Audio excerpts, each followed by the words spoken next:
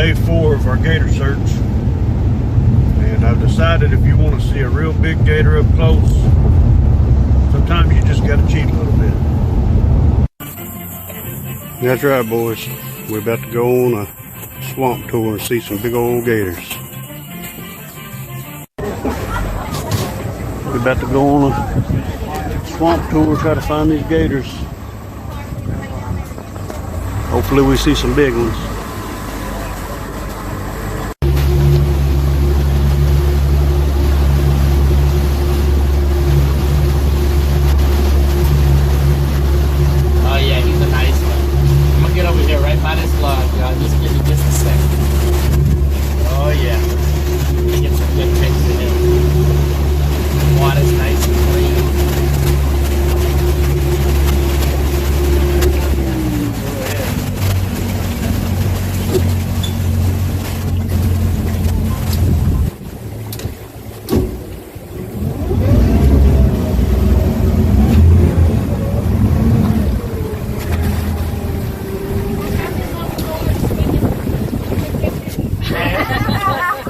What's that?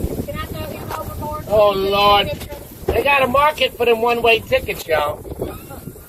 Be real still. Y'all stay seated on the left side. The ones on the right can stand up, look over the top of you.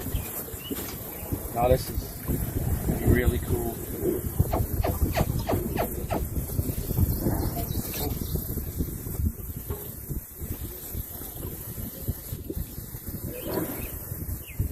Real still. No sudden. Come up here, look. Put your camera right here, y'all. Come on, Kansas. Let's see a little footage. Wow. Yeah. Now, this don't happen every tour, just so you know. Look at that. That is really cool. So look, y'all, these alligators, they have a rigid area down their back called scutes. They're fat deposits with blood vessels running through it. So he'll back his back above the surface to regulate its body temperature. Why? Well, because an alligator cannot digest its food unless his body temperature rises above 70 degrees Fahrenheit. So if he can't digest his food, he can't restore energy. If he can't restore energy, he doesn't want to burn any energy, right? So what they do is they bury themselves under the mud in some cases. In some cases, they just get under the water, and they slow down their heart rate down to 1 beat every 3 to 4 minutes. They live off of the fats that they store in their tail.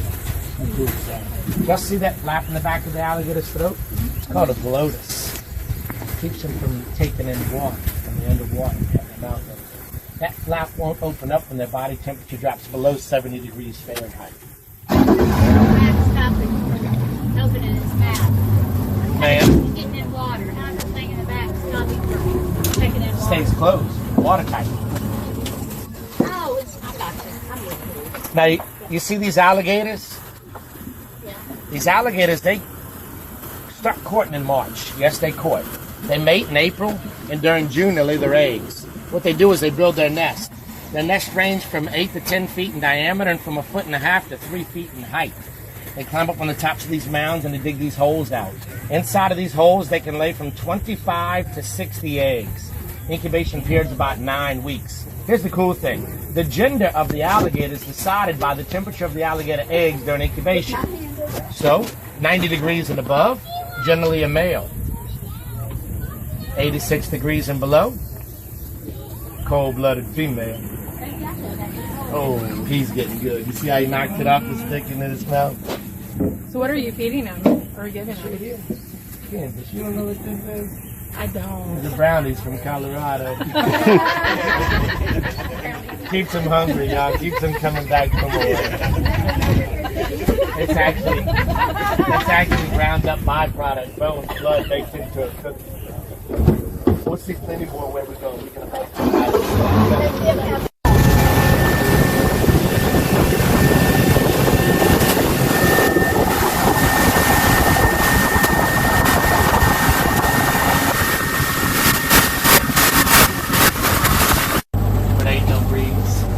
We're going to up in here the other day. There's a lady sitting back here in the back next to me, frantically looking around down in the floorboard. I come wheeling up in here about 20 miles an hour. I said, ma'am, you all right?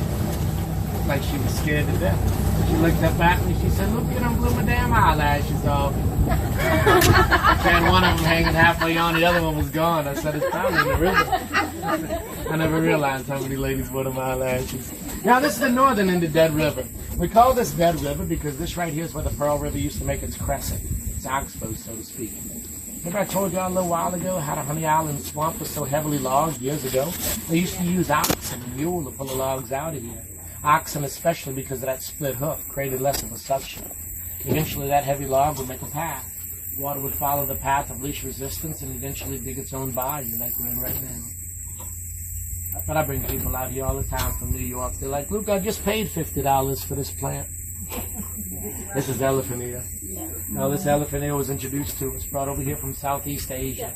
The Polynesians used to line the holes of their boats with a leaf, make it like a leak-proof, so to speak. Many people think it's poisonous. It ain't poisonous. The herbivores just don't like to eat it. You got to cook it first. If you were to boil the root of that elephant ear, it's just like a potato. You'll notice over here on the right, see those plants with the arrowhead-looking pointy leaf? It's arum. You ever heard of arrowroot? Arrowroot cookies? Take and dry out the root, grind it up, use it as a starch. Chains, heads. And when I tell you 28,000 alligators were harvested, you're probably thinking, how aggressive, right? Well, guess what? You realize the quota put out each year? There's only 2% of the population. So you know what that means, huh? We're knocking on the door of 2 million alligators in Louisiana. So yes, we do have to hunt the alligators. I just don't like when they come through here the last week of hunting season trying to fulfill their tags that they paid $40 a piece for, and they cull out our big ones. Y'all, our token alligator was harvested 2 years ago, right there where we were feeding the ones earlier. Brutus. Brutus is a 14-foot-long alligator, y'all. Brutus used to climb up on a log and put his head up over the rail. He'd open up its mouth and would put pellets in its mouth. You couldn't sit far enough back in this bench and feel comfortable. I'd like to say he wouldn't hurt a soul. Joe, somebody videoed him from the tour boat pulling a 180-pound hog off the bank of the river.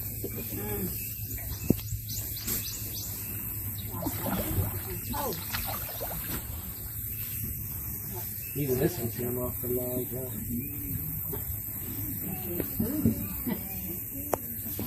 Hey, y'all, everybody be real still and real quiet. Just listen. Yeah, listen to my dinging. Gotta bring your grandchildren around, teach you how to use it, operate it up. That's how I am.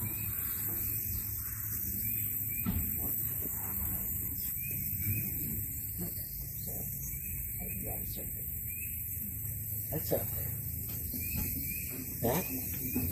that's a prothonotary warbler. So's that one. See the little yellow birds?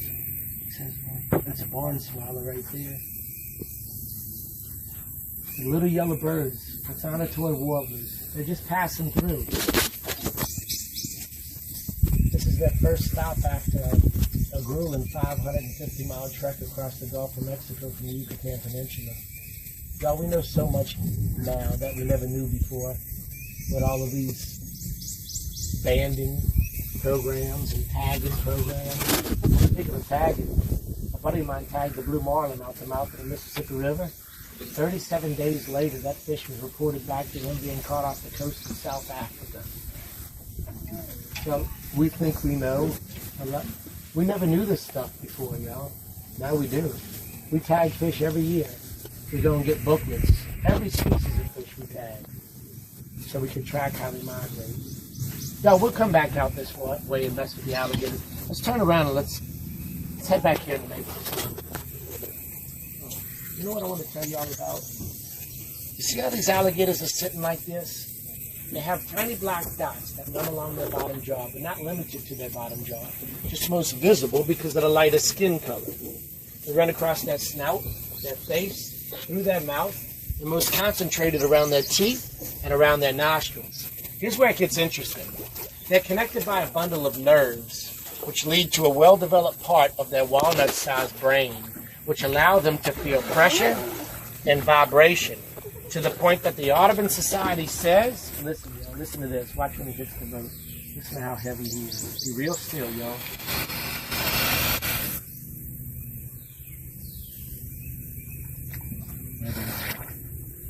communicating with you, Virginia. Tell me to go home. He feels threatened by you. Did you see how you're close to the rail like that? Makes you look big. I am. I was talking about him next to you. Is that your grandson? No, he's Okay, Yeah. close enough, huh? There you go. So anyway, they're connected by a bundle of nerves, which lead to a well-developed part of their walnut-sized brain, which allow them to feel pressure and vibration, to the point that the Audubon Society says that when these alligators are sitting in the water like this, with just his head above the surface, he could feel a rain droplet hit the surface of the water from up to 100 yards away. This is a pretty thick alligator, but he's only about 8 feet. He's missing the end of his tail. Do you see how less graceful he is in the water compared to that one? It's mangled, the very end of his tail. Now, he probably narrowly escaped death at a young age, but in turn, that's going to help him to become an old alligator, because he can't propel himself out the water to get to the fishing hooks to be from the hunters.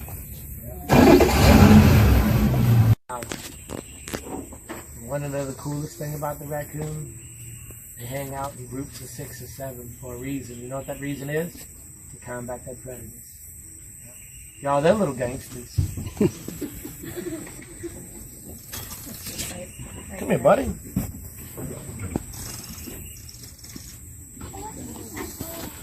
Check him out.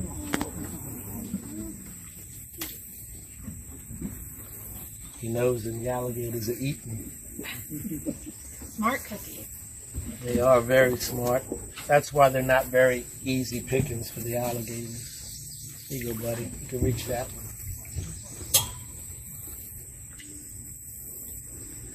See ya. Took his brownie and left. 40 teeth on the top, 40 teeth on the bottom. Everywhere you see one tooth, picture 3. They grow within each other. Whereas a shark's tooth grows out in rows of 3. There's 3 right here that I've seen.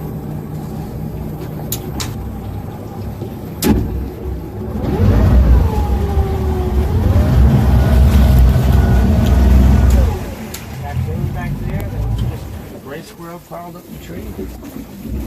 Come on, pig!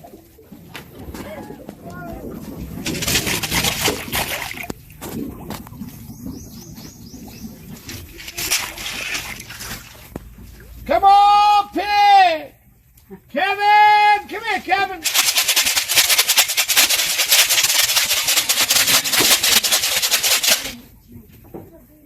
Oh, Kevin Bacon. Yeah. We got the notorious PIG. We even got Piggy Smalls out here, y'all. We got them all. That raccoon's pretty, huh? Looks like a bear. I never could answer the question as to why some of them are that red color. So the Wildlife and Fisheries put out an article. It says that the redder they are, that tells you how much crawfish is in their diet.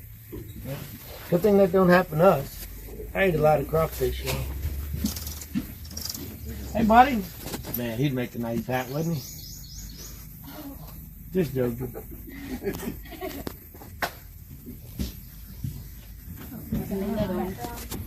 I should have talked about the raccoons back here, huh?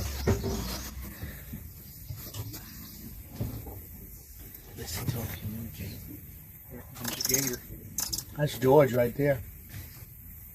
George. Oh, George Cooney.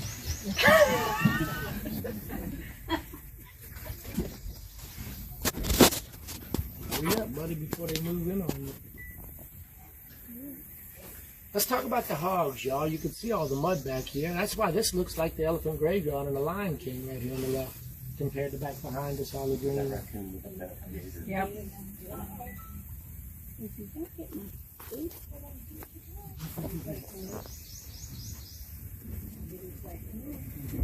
All right, buddy, we'll get you one behind you. There, go over there and get that.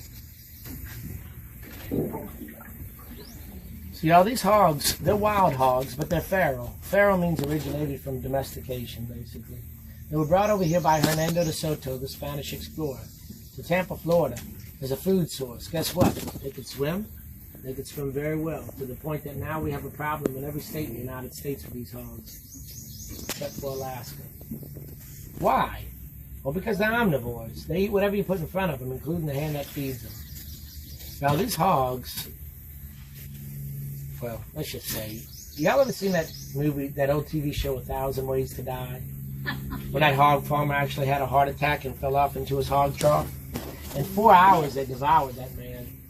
The only thing they found was his false teeth and his rubber boots. I guess that's why.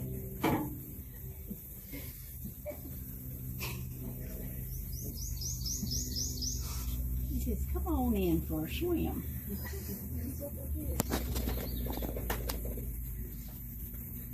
I guess that's why the mafia had hog farms.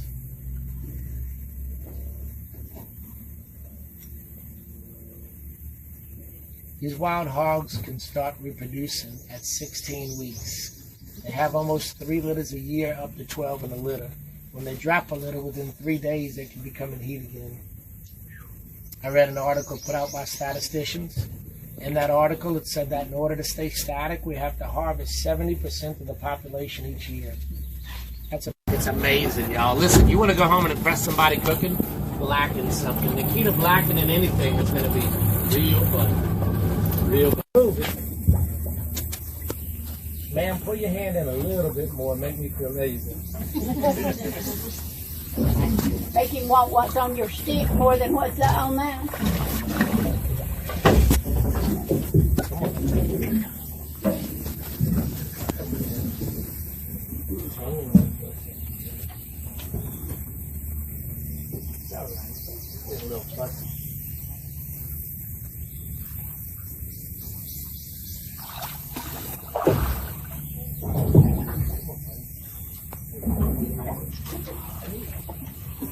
You get that?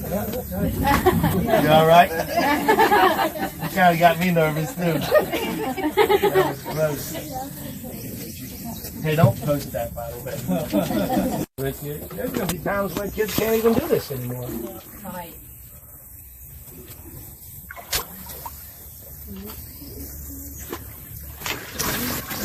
Don't break it, please. Don't break it. It helps talk to them, right? It does. They don't realize their strength. They're going down, they break the end of this. I just sharpened this one. Old Sicilian grocery. Been there since the 1800s. Walk to the back of it and get the original muffalata. Big sandwiches, big around, different types of Italian salamis, mozzarella hams, different types of Italian cheeses, all smothered in olive salad. So take that muffalata, go right next door, get a couple bottles of chilled wine out that drink shop, walk across the levee, sit on the bank of the river watching the ships go by, y'all. Good way to kill a couple hours. There's always somebody over there blowing on a horn or something.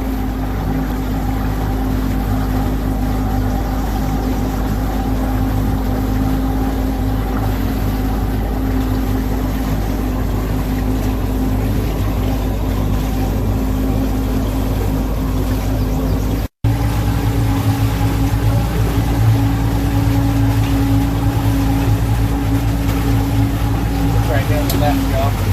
Old man Mellorine's driveway right here. See the house down at the end? Normally he's down there right about the time cleaning fish.